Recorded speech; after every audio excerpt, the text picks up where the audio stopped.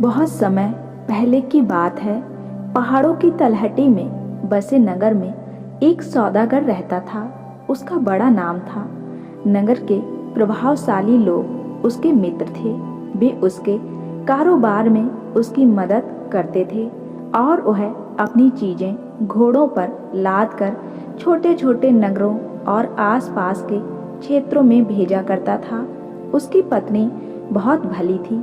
वह लोगों को चाहती थी क्योंकि उसका स्वभाव बहुत अच्छा था और वह बहुत सुंदर भी थी। एक दिन सौदागर ने अपनी प्रिय पत्नी से कहा कि वह दूसरे देश की यात्रा करना चाहता है ताकि उसका कारोबार और बढ़ सके। पत्नी ने हाँ कर दी। फिर उसने अपने मित्रों से कहा कि वह पहाड़ी क्षेत्र से बाहर जाएगा और व्यापार बढ़ाएगा, अपना सामान भी ले जाएगा और वहाँ की खास चीजें लाकर वहाँ अपने नगर के लोगों को बेचेगा। मित्रों ने भी हाँ कर दी।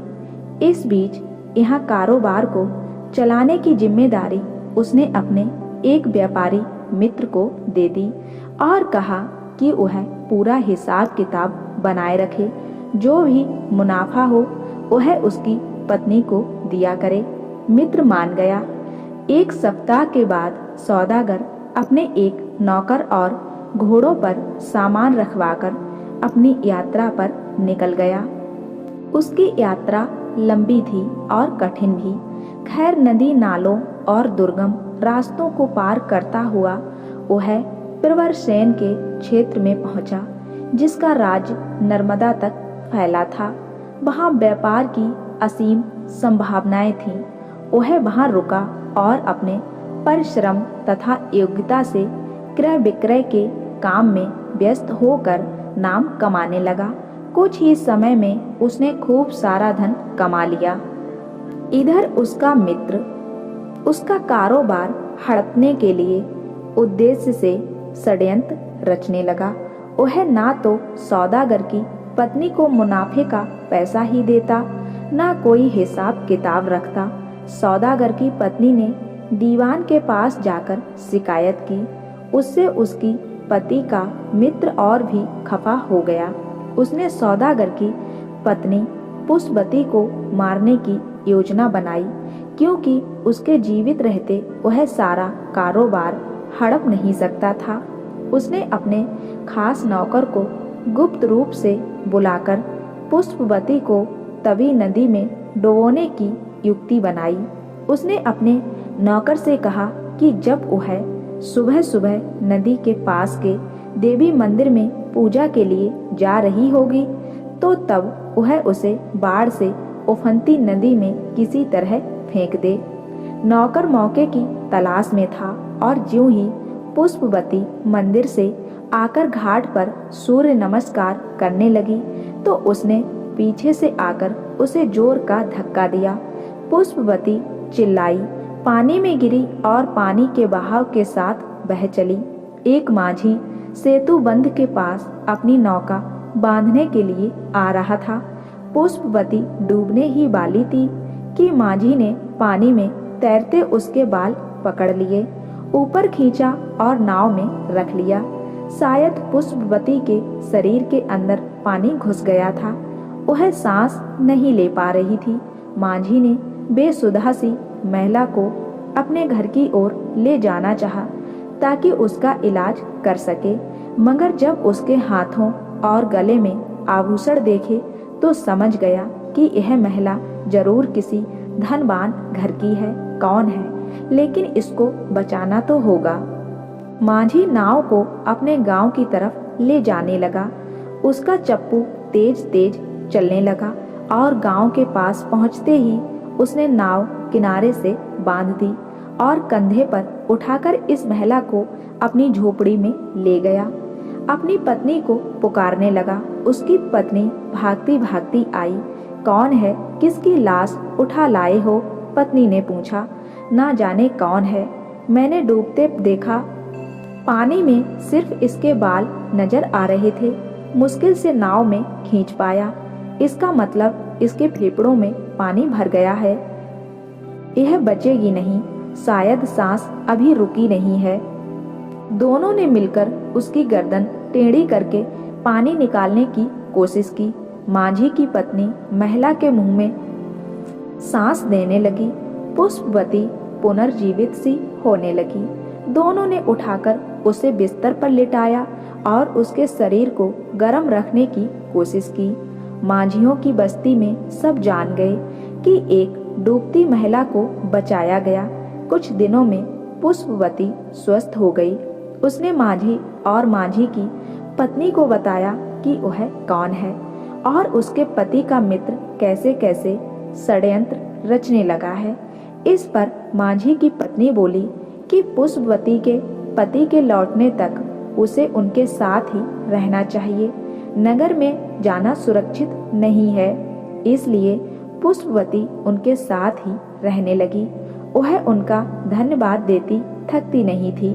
वह उनके काम में हाथ बटाने लगी। कभी चप्पू ठीक करती रहती, कभी खाना बनाने में सहायता करती और कभी गेहूं पीसने चक्की लेकर बैठ जाती। एक दिन वह झोपड़ी के बाहर चटाई पर बैठकर एक कपड़ा बिछाकर गेहूं पीस रही थी कि वहां से गांव का सरदार घोड़े पर आया। उसने जब पुष्पवती का सुंदर रूप देखा तो घोड़े से उतर गया और उसके समीप आया। तुम यहाँ की तो लगती नहीं हो। हाँ, मैं कहीं दूसरी जगह से आई हूँ। तुमने माझी से विवाह किया है क्या? नहीं। तो तुम सरदार की रानी बनोगी क्या? उसने उसका हाथ पकड़ लिया और घोड़े पर बिठाने लगा। पुष्पवती चिल्लाई। अंदर से माझी की पत्नी बाहर आ गई। वह सरदार के पास आई और कहा, सरदार, इसे छोड़ दीजिए। यह एक भली औरत है, तभी तो ले जा रहा हूँ। यह कहकर सरदार ने घोड़ा भगाया और कुछ ही देर में ओझल हो गया। सरदार का घर छोटी पहाड़ी पर था। उसने पुष्पवती को आंगन में बनी एक कोठरी में बंद किया और बाहर से साकल चढ़ा दी। कल ही तुम्हारे साथ विवाह करूंगा और फिर अपनी रानी बना के रखूंगा। यह कहकर वह बड़े मकान में घुस गया। कोठरी के भीतर पुष्पवती रोती सिसकती रही, मगर उसकी सहायता कौन आ सकता था। संध्या के समय सरदार की एक सेविका मोटे अनाज की खिचड़ी लेकर आई। पुष्पवती ने सोचा, यही मौका है यहाँ से निकलने का। उसने सेविका से कहा, बहन, बहुत प्यास लगी है, थोड़ा पानी लाकर दोगी? नौकरानी पानी लेने दूसरी तरफ गई तो पुष्पवती ने मौका देखकर चुपचाप बिना कोई आहट किए निकलने का रास्ता ढूंढा। वह आंगन से बाहर आई और पेड़ों के पीछे छिपकर पहाड़ी से उतरने लगी। उसका दिल धड़क रहा था कि सरदार ढूंढता हुआ बाहर ना आए और उसे दोबारा ना पकड़ ले। उधर प्रवरसेन की नगरी में सौदागर अपनी पत्नी पुष्पवती के लिए आभूषण खरीद रहा था और अपनी आखिरी पोटली खोलकर उसे बेचने के लिए वहां के एक व्यापारी के साथ चुकौती कर रहा था। पूरी रात मंदिर में बिताने के बाद पुष्पवती देर तक पहाड़ियों में चलती रही। ना ठोर ना ठिकाना। तभी उसे कुछ आवाज सुनाई दी। देखा तो दूर से कुछ घोड़े पहाड़ी रास्ते पर चले आ रहे थे। हाँफती हुई पुष्पवती रुक गई। घोड़ों पर सामान लदा था। घोड़ों को हाँकता हुआ एक व्यक्ति आ रहा था। जब उसने पुष्पवती को देखा तो वह रुक गया। कहाँ जाना है? उसने पूछा। इस जंगल से बाहर कहीं भी ले चलो, किसी गांव या बस्ती में। पुष्पवती ने कहा, मुझे यह सामान लेकर तो उधो नगर जाना है। वहां तक पहुंचते पहुंचते शाम हो जाएगी। कोई बात नहीं, क्या तुम मुझ पर विश्वास कर सकोगी? क्यों नहीं, तुम अच्छे आदमी लगते हो। तुम भी भली औरत लग रही हो, मगर दुखियारी सी हो। हाँ, आओ बैठो इस घोड़े पर। इसकी पीठ पर सामान कम है। ठीक है भाई, तो बहन मुझे अपनी व्यथा कथा सुनाओगी? हो सकता है मैं कुछ मदद कर सकूंगा। क्यों नहीं?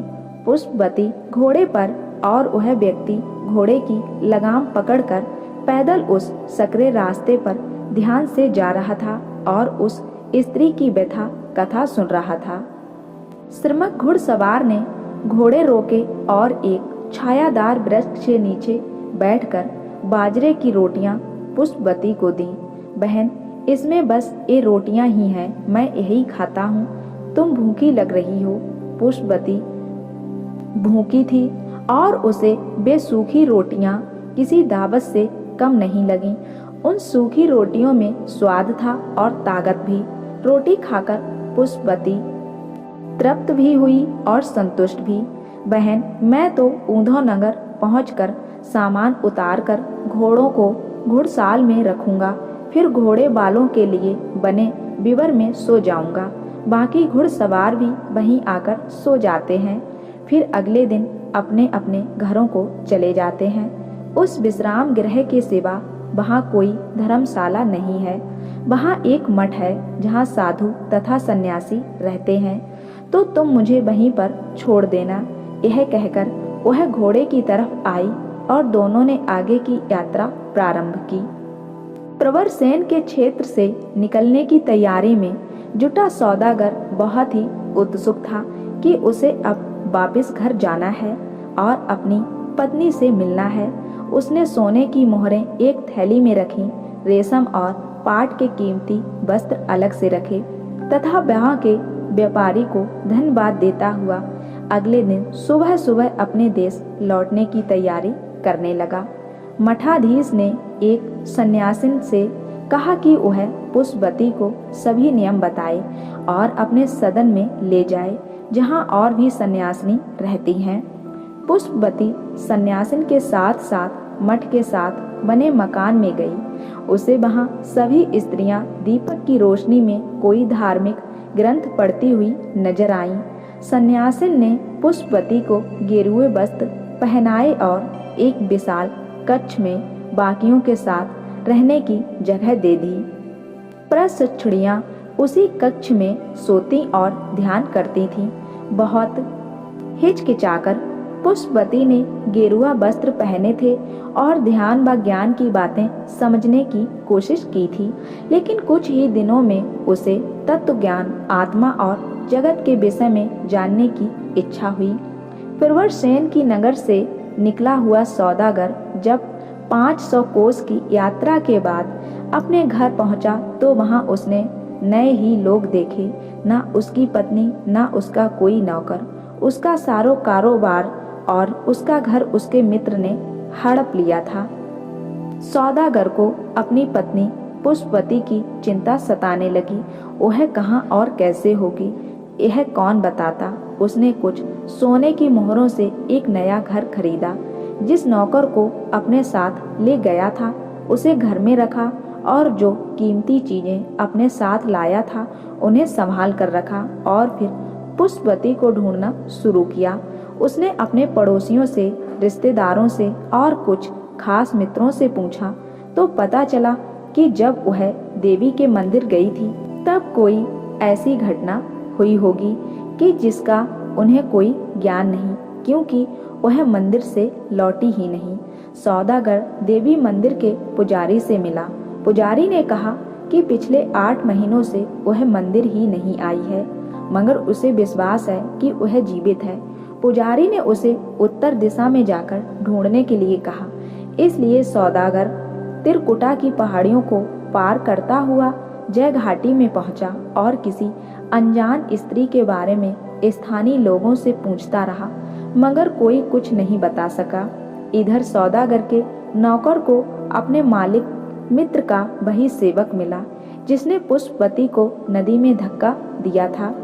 उस सेवक ने सौदागर के नौकर को सब कुछ बता दिया और यह भी बताया कि वह पश्चाताप की अग्नि में जल रहा है।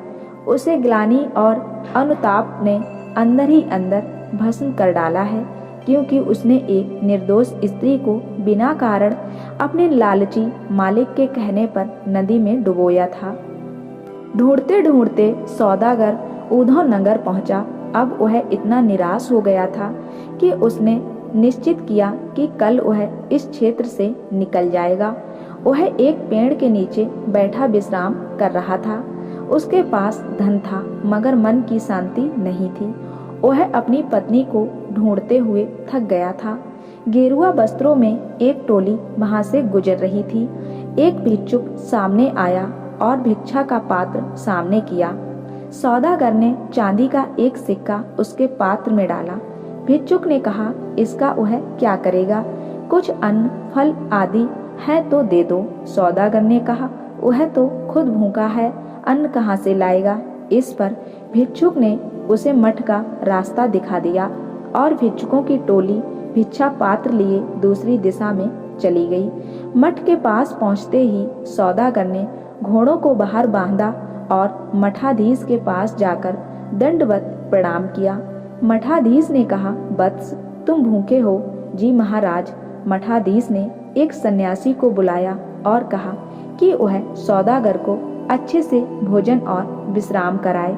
सौदागर प्रणाम करके सन्यासी के साथ बाहर की एक पर्ण कुटी में गया। दोपहर के बाद जब सौदागर बाहर बंधे अपने घोड़े की रस्सी खोल रहा था, तब पुष्पवती ने अपने पति को देख लिया। समझ गई कि उसका पति उसे ढूंढते ढूंढते यहाँ तक आया है और वह भागती हुई सन्यासिन के पास गई और उसे बताया कि उसका पति बाहर है। सन्यासिन ने उसे उसी समय एक भिक्षुक को मठ के द्वार के पास भेजा और कहा कि आगंतुक को जाने ना दे। भिक्षुक ने सौदागर को बताया कि सन्यासिन ने उसे रुकने को कहा है। भिक्षुक उसे वापस पर्ण कुटी में ले आया। सन्यासिन, पुष्पवती और भिक्षुक सौदागर को मठाधीश के पास ले आई। सौदागर ने जब अपनी पत्नी को गेरुआ वस्त्रों में देखा तो घबराया और सोचने लगा कि अब शायद वह उसके साथ नहीं आएगी। वह अपने भाग्य को कोसने लगा कि उसका कारोबार गया, उसकी पत्नी भी उससे बिछुड़ गई। तभी मठाधीश मुस्कुराते हुए सौदागर से बोले, वत्स, चिंता में मत पड़ो, कुछ नहीं खोया है तुमने। ईश्वर गुणातीत है, उसके कारण ही तथा उसकी कृपा से तुम्हारी सद्गुणी पत्नी इस स्थान तक पहुंची है। यदि यह बाहर रहती तो न जाने इसे क्या क्या संकट झेलना पड़ता। इसने ज्ञान और ध्यान की बातें सीखी हैं। ऐसा नहीं है कि भगवान का स्मरण केवल धर्म स्थलों पर ही हो। यहाँ नियम है, अनुशासन है, जो साधक के लिए अच्छा रहता है। मगर प्रभु को तो गृहस्थी धर्म निभाते निभाते भी याद किया जा सकता है। इस कारण मैं तुम दोनों को आशीर्वाद देता हूँ कि तुम्हारा गृहस्थ जीवन सुखमय हो। मठाधीश का आशीर्वाद पाकर वे दोनों वहां से निकल आए। घर पहुंचते ही जब सौदागर के नौकर ने अपनी मालकिन को देखा तो उसे यकीन ही नहीं हुआ। उसने उनको सेवक से मिलने की बात बताई। सेवक को पकड़ा गया और कोतवाल के पास ले जाया गया। उसने कोतवाल को सब कुछ साफ साफ बताया। सौदागर के मित्र को भी कोतवाल ने पकड़कर फिर दोनों को राजा के पास प्रस्तुत किया। राजा ने दोनों को मृत्युदंड की सजा सुनाई। सौदागर को उसका पुराना घर और उसका कारोबार लौटाया गया। पुष्पवती अपने पति के साथ वापस अपने पुश्तैनी घर में आ गई। नौकरों और रिश्तेदारों ने उनका स्वागत किया। सौदागर ने घर में प्रवेश करने से पहले 7 घोड़ों पर अनाज, दालें आदि लदवाकर अपने चहते नौकर को इस सामान के साथ उधव नगर के मठ में भेजा और कहा कि उस भिक्षुक को ढूंढ लेना जिसने भिक्षा मांगी थी। उसे कहना कि तब मेरे पास अन्न था ही नहीं तो मैं भिक्षा पात्र में क्या डालता। नौकर ने अपने मालिक के आदेश का पालन करते हुए उधव नगर की ओर प्रस्थान किया। उसके बाद पुष्पवती अपने पति के साथ अपने घर में सुखी जीवन बिताने लगी और वे हंसते खेलते अपना जीवन धर्मशीलता के साथ व्यतीत करते रहे। कभी कभी उधव नगर जाते और पुष्प पुरुष का आशीर्वाद प्राप्त करते। अब उनका चहता नौकर भी अपनी पत्नी के साथ उनके ही समृद्ध परिवार में रहने लगा। इस प्रकार स्नेह और नैतिकता का आचरण निभाते हुए वे तब तक जीवित रहे जब तक उनके पोते पोतियों के भी विवाह नहीं हो गए।